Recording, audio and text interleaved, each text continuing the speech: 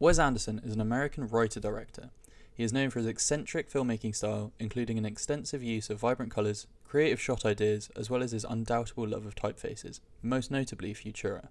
Anderson's films include consistent casting choices such as Adrien Brody, Jeff Goldblum, Owen Wilson, and Bill Murray, who have all been in almost all of his feature films.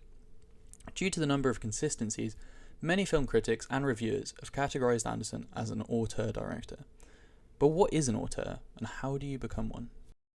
Auteur is a French term which directly translates to author. In the context of film, this refers to a director or filmmaker who has such consistent themes across their filmography that any one of their films can only be attributed to them.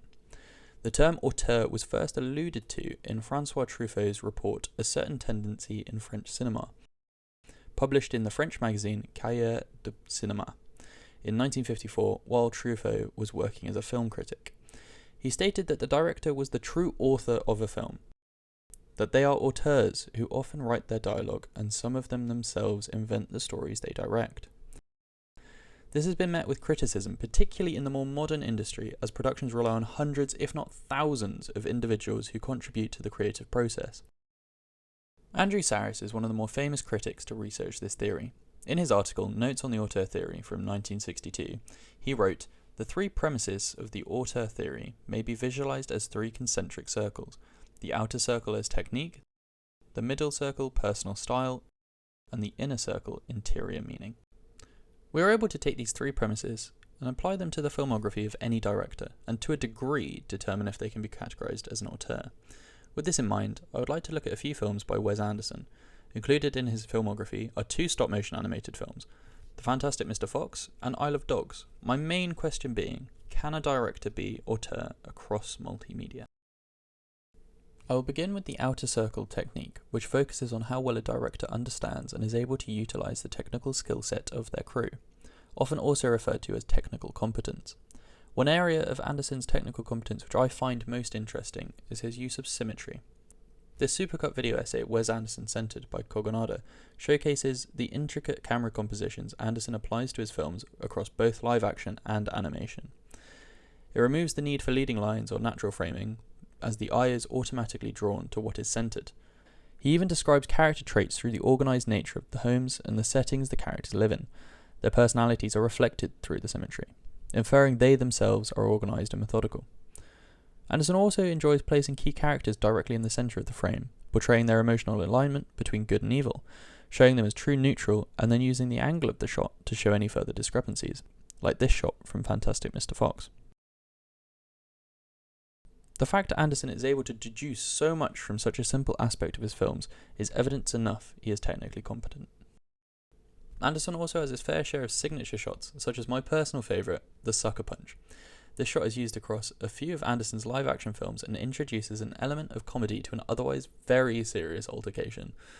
This light-hearted theme is incredibly consistent throughout the whole of Anderson's filmography, most evident in his expressive and eclectic colour palettes and mise-en-scène. The Life Aquatic is a fantastic example of this, from the costuming, the outlandish set design, and the typefaces he uses pitting Zissou and Hennessy's crews against one another. Zissou is an offbeat and very unique character. His crew are all misfits, and his ship, the Belafonte, is no exception to this theme. The cobbled-together nature of wooden veneer, pastel wallpaper and paint, and the vast array of trinkets and small props pull out the personality of Zissou with insurmountable force. The warm tungsten lighting and natural tones from the wooden veneer really aid in giving the set a feeling of homeliness, a sense of belonging and comfort for these individualistic characters. Rather contrasting this is the costumes. The bright red beanies and blue jumpsuits, while giving the crew a sense of unity and togetherness, make them all stick out like sore thumbs against the warm brown and orange toned backdrop. Yet one could argue they all stick out together. Anderson also brings an element of individuality to the costuming. The shoes. They are Adidas shoes with Zissou printed along the stripes in Futura font, a subtle detail which is only highlighted once throughout the film. This attention to detail and ability to flesh out characters is proof of Anderson's ability to take his personal style and apply interior meaning. Hennessy, on the other hand, allows no individualism. He shows no reflection of his personality through the set design of his ship, having it be incredibly sanitary and white, almost like a research lab or hospital. The costuming again is all white, with an allusion to naval attire. He also watermarks his equipment with a stencil of his name, implying there is no trust between himself and his crew, no camaraderie as we saw with Zissou's. The stenciling is intriguing and a key link between Anderson's live-action and animated films. Anderson loves the font Futura as one of the most obvious constants throughout his filmography, particularly early on. He also loves titles. He includes them in all of his films, including those which are animated. They are used to outline specific places, times, or communicate exposition.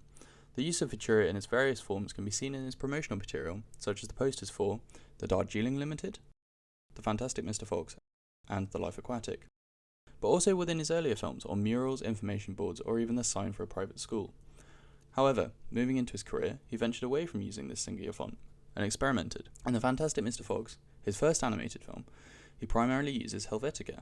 It takes the place of Futura in his earlier films and acts as the backbone font in which he then builds off of. Both Futura and Helvetica are rounded, bold typefaces.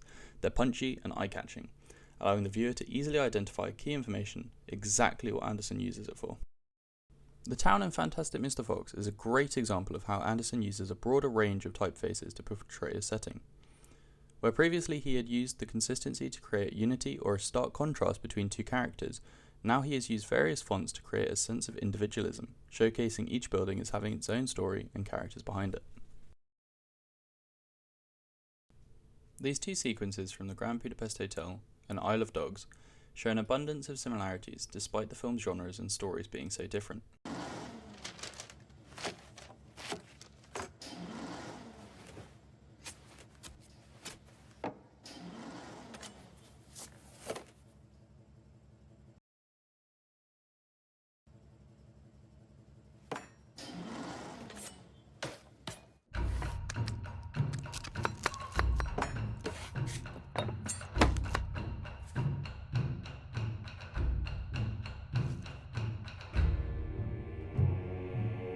Most obvious would be the use of fonts again, as well as the incredible sound design.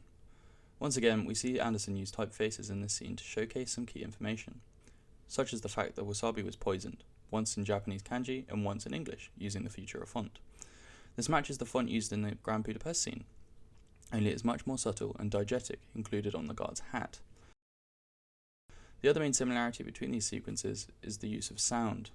There's no doubt the sound was captured as Foley, which makes it that much more visceral and gives it a lot of impact, which is incredibly satisfying, once again adding to Anderson's ever-growing technical competence.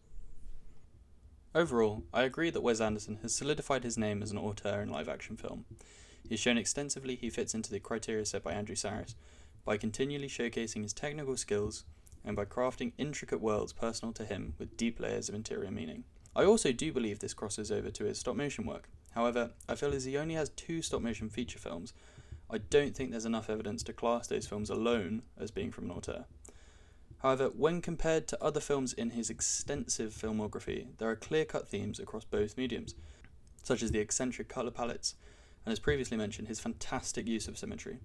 Therefore, I would personally class Wes Anderson as an auteur across multimedia filmmaking.